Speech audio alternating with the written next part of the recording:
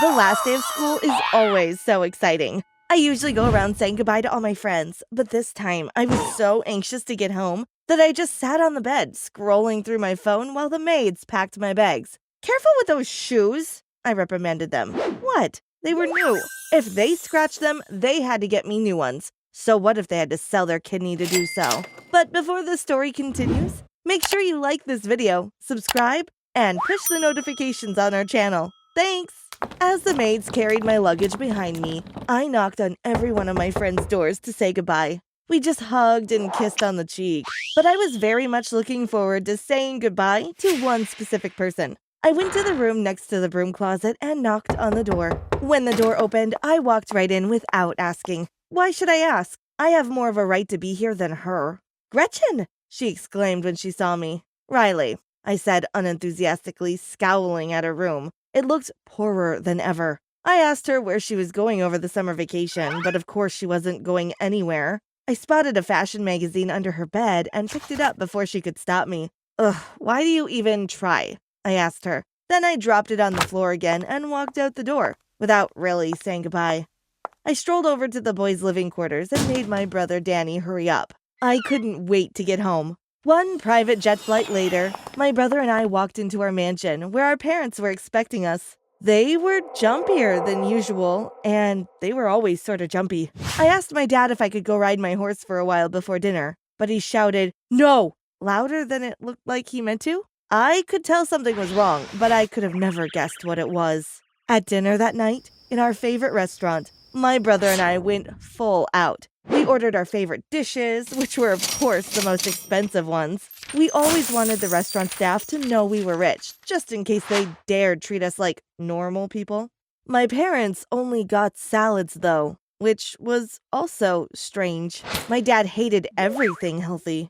When the bill came, my dad took his credit card out of his wallet with a shaking hand and gave it to the waiter. He was fully red in the face and visibly sweating. I threw a napkin at him because I couldn't bear to look at him for one more second. The waiter came back moments later, saying the card was declined. My brother and I burst out laughing, and we thought our mother did too, until she pushed her chair from the table and ran off in tears. My brother and I gave each other a puzzled look. What just happened? My dad went off somewhere with the waiter, and when he came back, he hurried us to the limo, where our mom was already sitting, blotting her face with a handkerchief. "Kids, we need to tell you something." My mom's voice broke. She looked at my dad, and when he didn't speak, she nudged him with her elbow. He snapped back into reality, looked at us, then burst into tears. "We're broke," he cried. "We have absolutely no money." My brother and I were paralyzed. We asked him what he meant, and he said our accounts were all in the negatives. I started to feel faint, but my brother took an ice cube from the cooler and put it on my forehead. He held it there and tried to grasp what they were saying. My mom went on to explain that since around the time my brother and I were born, they had been spending money like royalty and borrowing from the bank and friends, but never paying back, thinking it was okay. Now all their debts caught up to them and we had no money left. "Well, I can get a scholarship, right? I can stay in my school?" I asked them before my dad said, "Oh, please, Gretchen, you're nowhere near smart enough," and shut me up. He was still blotting desperately at his sweating forehead. "Well, what are we going to do?" my brother demanded. My mom huddled closer to us and said she had a plan. We sat in Dad's study discussing the plan.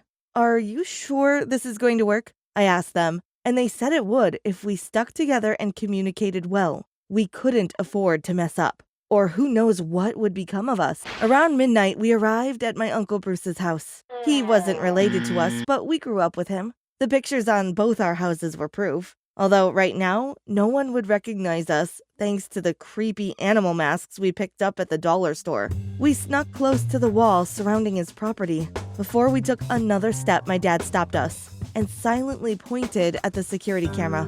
My brother got as close as he could, then took his paintball gun off where it was strapped to his back and shot it at the camera. He covered the lens in paint, and we were good to go. Danny kept covering the cameras with paint. We pretty much knew where they all were, so it was an easy job. We snuck up to the door of Uncle Bruce's luxurious beach house and opened it with a key. "Did you expect us to knock down the door or something? Please, we were family friends." He gave us a key and the code to his alarm. We deactivated it quickly and were free to take what we came for. Everything. We swept almost everything we could find off the tables and into our bags. We dug through closets and cabinets. We took everything that's shown even slightly. Bruce had so much jewelry and so many watches, each one worth a fortune. But we needed something else. We knew Bruce was richer than the stuff we were taking. We had a feeling there was more. We looked everywhere for some kind of trapdoor, some hidden room, somewhere where a rich guy can stash a fortune safely. I had to push Danny into Bruce's bedroom. He was terrified of Bruce's pet sharks. Yes, Bruce was that kind of rich. He had enormous aquariums instead of regular walls in his bedroom, and the aquariums were full of animals, including sharks. I pushed Danny in there, but he came out after 10 minutes, not having found anything. My dad was biting his nails so much that he almost had none left. My parents both grew more anxious by the minute, afraid that a SWAT team was going to burst in through the windows any minute. We felt defeated. We had a fortune in our bags, but there was more. We walked out onto the patio and felt the fresh ocean breeze. My family was debating our next move, so I walked over to the pool and dipped my feet in. It was a saltwater pool, so it smelled like the ocean. I thought I saw a shadow at the bottom. That's when I realized it was a different colored tile. "Guys, come look at this," I whispered loudly to my family. They rushed over and we looked like we had just won the lottery. I could almost see dollar signs in my parents' eyes. My brother took off his shirt and sweats, revealing swim trunks. He dove into the water silently. We expected no less. He was captain of the swim team at school after all. He quickly swam down to the bottom and removed the tile, then motioned at us to follow. We were robbing a beach house. Of course we had all swimsuits on under our clothes. We threw our clothes into a pile, then swam down. The water cascaded into a small room, then into a pipe that returned it to a pool. My mom and I went in first, then Danny, and last my dad, who struggled to fit his belly through the gap. His legs were wiggling like crazy.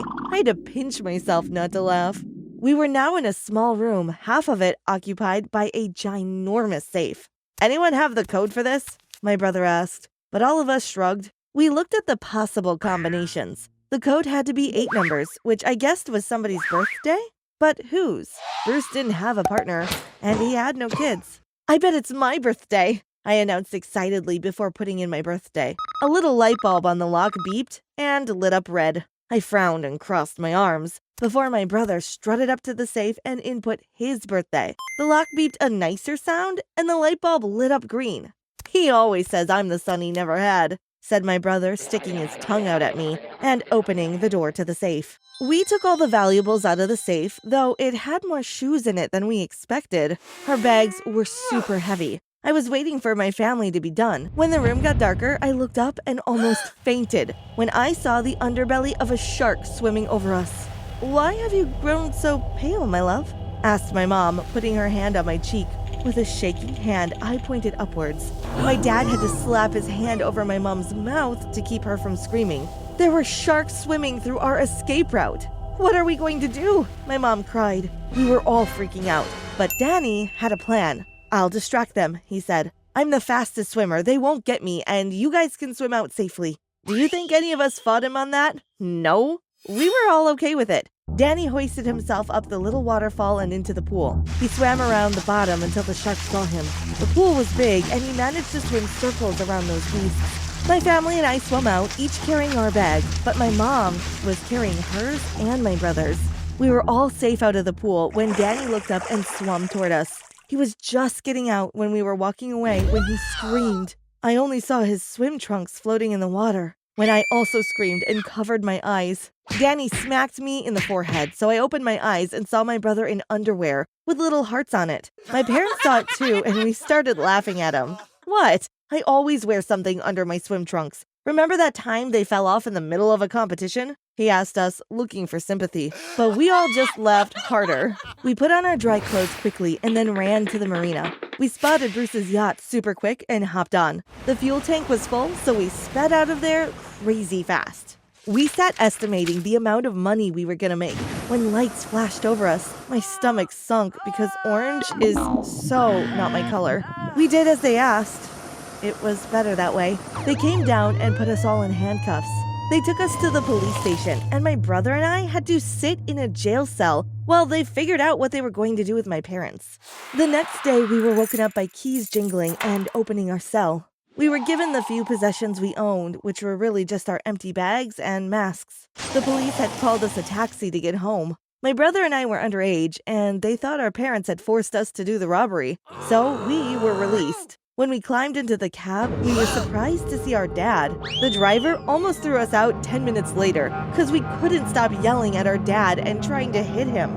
"You're a coward!" Danny screamed at him. You see, he blamed everything on my mom.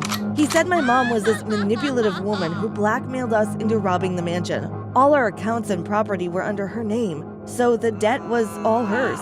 Danny was still yelling at Dad when I told the driver to take us to a certain address first. Dad and Danny didn't even notice when I got out at Bruce's house and came back with a small bag. They only noticed what I had done when we were able to buy a small apartment in a poor neighborhood, because I had stashed some cash and valuables in a tree and sold them. Before I sold them, though, I waved them in my dad's face. "Who's not smart enough now, Daddy?" A month later, we were settled into our new lives as peasants. Mom was off serving hard time. Danny and I were going to school and working. And Dad had landed a full-time job as a car salesman. I worked in a bookstore, which was so boring, I almost fell asleep every day. Being surrounded by nerds was the worst. The worst was when a particular nerd would walk in. The first time she did, she laughed in my face and I rolled my eyes. One day, I spotted Riley, the girl I used to bully, enter the library. She saw me and the poor job I had and dropped her stack of books on the counter in front of me. "Guess karma does come back to bite you," she said. I felt the need to apologize to her, but I didn't. I wasn't about to stoop that low. I did have to physically stoop low, though, because Riley spilled a strawberry milkshake on the floor, and I had to clean it up. She was right. I guess I got what I deserved.